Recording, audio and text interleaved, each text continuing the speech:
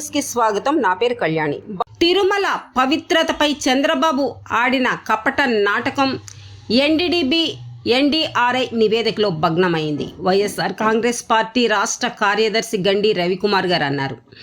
తిరుమల లడ్డూ ప్రసాదంపై ముఖ్యమంత్రి చంద్రబాబు నాయుడు, ఉప ముఖ్యమంత్రి పవన్ కళ్యాణ్ మరియు కూటమి నేతలు చేసిన విష ప్రచారం పూర్తిగా అసత్యమని విచారణలో తేలిపోయిందని వైఎస్ఆర్ కాంగ్రెస్ పార్టీ రాష్ట్ర కార్యదర్శి గండి రవికుమార్ గారు పేర్కొన్నారు.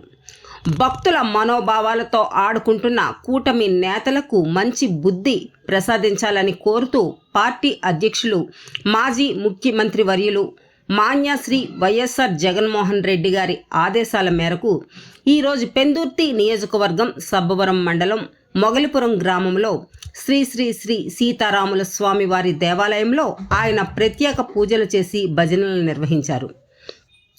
అనంతరం ఏర్పాటు చేసిన మీడియా సమావేశంలో గండి రవికుమార్ గారు మాట్లాడుతూ, చంద్రబాబు నాయుడు రాజకీయ స్వార్థం కోసం తిరుమల వేదికగా ఆడిన నాటకం బట్టబయలైందని, ప్రపంచ దేశాల్లో కోట్లాది మంది భక్తులు ఆరాధించే కలియుగ దేవుడు శ్రీ వెంకటేశ్వర స్వామిని, స్వామివారి పవిత్రమైన లడ్డూ ప్రసాదాన్ని రాజకీయ ఆయుధంగా మార్చుకోవడం అత్యంత నీచమైన చర్య అని, రాష్ట్ర రాజకీయ చరిత్రలో ఇంతటి దుర్మార్గపు ప్రచారాన్ని ఎన్నడూ చూడలేదని మండిపడ్డారు.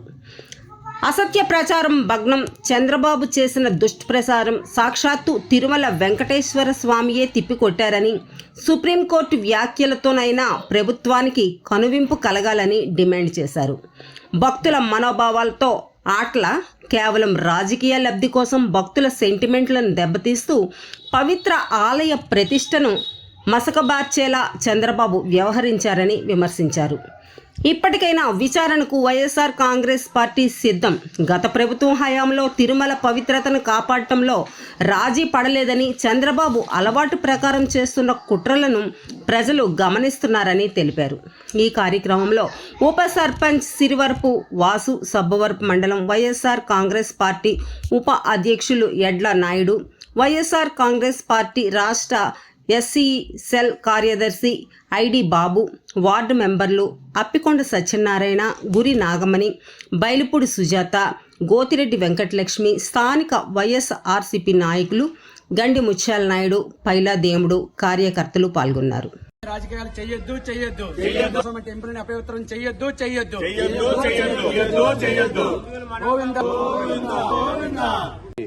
దెబ్బతీయడమా లేదంటే మా పార్టీని మా పార్టీ మీద ఆరోపణలు చేయడమా? రాజకీయంగా మీరు చేయాలంటే బోల్డ్ అని ఆరోపణలు చేయండి. లాస్ట్కి వెంకటేశ్వర స్వామిని కూడా వదిలి కలియుగ దైవమైన వెంకటేశ్వర స్వామిని కూడా వదలరా మీరు? దేవుడితో కూడా రాజకీయాలా? ఒక పక్క ఆయనేమో చెప్తాడు, టీటీడీ చైర్మన్ గారు, హిందువుల యొక్క మనోభావాలను దెబ్బతీస్తున్న వైసీపీ పార్టీ అని.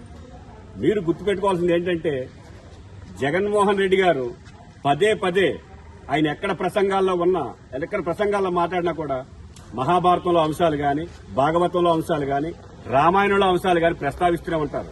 మరి మీరు ఇంత దారుణంగా హిందూ దైవత్వం మీకు అభిమానం ఉంటే మీ నాయకులు ఒక్కసారి కూడా ఆ మాటలు పలకడే? మీరు నోటంటే రావే అలాంటి మాటలు? హిందూ భావాలను దెబ్బతీసేది మీరా లేకపోతే మా పార్టీయా? మీరు ఒకసారి సిట్ ఇచ్చిన తర్వాత కూడా, గవర్నమెంట్ సిట్ ఇందులో ఎటువంటి కల్తీ లేదని ఇచ్చిన తర్వాత కూడా మీరు ఎలాంటి ఆరోపణలు చేస్తున్నారంటే, ఇంకా కలియుగ దైవం మీద మీకు ఇంత ఆక్రోశం, ఇంత మనోభావాలను దెబ్బతీసే విధంగా మీరు చెప్పడం అన్నది విడ్డూరంగా ఉంది. ఇప్పటికైనా మీరు పద్ధతి మార్చుకొని, సరే ఏదో జరిగిందని చెప్పేసి దీన్ని ఇంతటితోనైనా ఆపితే కోట్లాది మంది యొక్క హిందువుల యొక్క మనోభావాల్ని మీరు దెబ్బతీసే విధంగా ఉండకూడదని మేము కోరుకుంటూ, మీరు మీ హయాంలో 2014-19లో గోదావరి పుష్కరాలు వచ్చినప్పుడు సుమారు 35 మంది చనిపోయారు. ఆవేళ మరి అది ఎవరు తప్పిదో? ఆవేళ ఇలాంటి తప్పులను నిన్నగాక మొన్న శ్రీకాకుళం జిల్లాలో వెంకటేశ్వర స్వామి గుడిలో తొక్కిసలాటలు 9 మంది చనిపోయారు. అదేదో ప్రైవేట్ గుడి అన్నారు. ఇలాంటివన్నీ మీ హయాంలో జరుగుతూ హిందువుల మనోభావాలను దెబ్బతీసే విధంగా వైసీపీ పార్టీ ఉందని అనడానికి మీకు సిగ్గులేదా అని చెప్పి